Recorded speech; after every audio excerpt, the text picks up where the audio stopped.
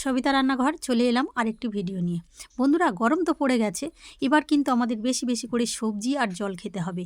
আর যত গরমকালে হালকা পাতলা রেসিপি করে খাবে ততই শরীরের পক্ষে উপকারী।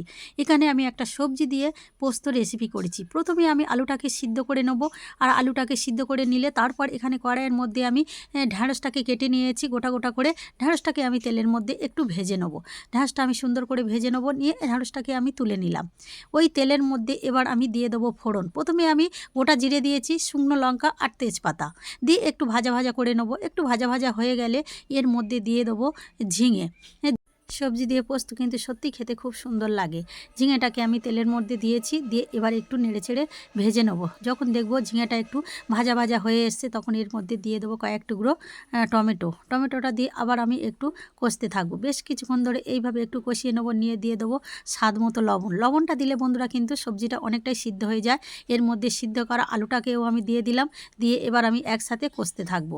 বেশ ভালোভাবে কষিয়ে নেবো। এখানে কিন্তু আমি বেশি মশলা ব্যবহার করব না বন্ধুরা, একদম হালকা মশলা দিয়ে রেসিপি। এখানে ধনে আর জিরে বেটে রেখেছিলাম, সেটাকে আমি দিয়ে দিলাম, দিয়ে আবার আমি কষাতে থাকবো। ভালোভাবে কষিয়ে নেবো, নিয়ে তারপরে যে ঢ্যাঁড়সটাকে আমি ভেজে রেখেছিলাম সেই ঢ্যাঁড়সটাও আবার এর মধ্যে দিয়ে দিলাম, দিয়ে আবার একসাথে আমি আরেকটু কষাতে থাকবো। বেশ এইভাবে কিছুক্ষণ আমি কষিয়ে নেবো। ভালোভাবে কষানো হয়ে গেলে এর মধ্যে দিয়ে দেবো আমি পরিমাণ মতো জল। হ্যাঁ, জলটাই দিয়ে দিলাম। জলটা দিয়ে এবার আমি ভালোভাবে সবজির সাথে মিশিয়ে নেবো। দিয়ে দেবো দুটো কাঁচা লঙ্কা। এখানে আমি কাঁচা লঙ্কা দিয়ে সবজিটা করছি।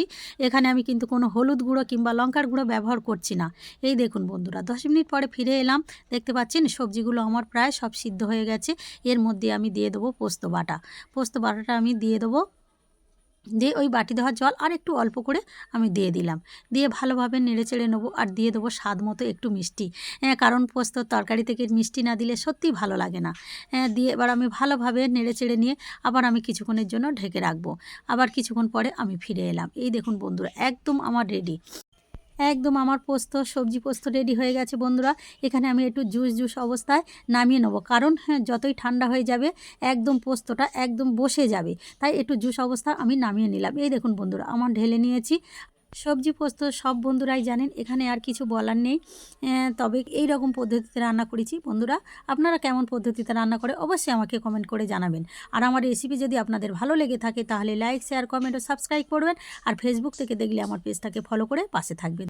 এই দেখুন বন্ধুরা, আমি দেখিয়ে দিচ্ছি। দেখুন ঠান্ডা হয়ে গেলে একদম কতটা বসে গিয়েছে। বাঙালিদের তো ডাল আর পোস্ত হলে আর কিছুই লাগে না বন্ধুরা, আর রুটি কিংবা পরোটার সাথেও খুব সুন্দর লাগে। হ্যাঁ বন্ধুরা, আজ এই পর্যন্ত, আবার দেখা হবে পরের দিন। Tata, bye bye.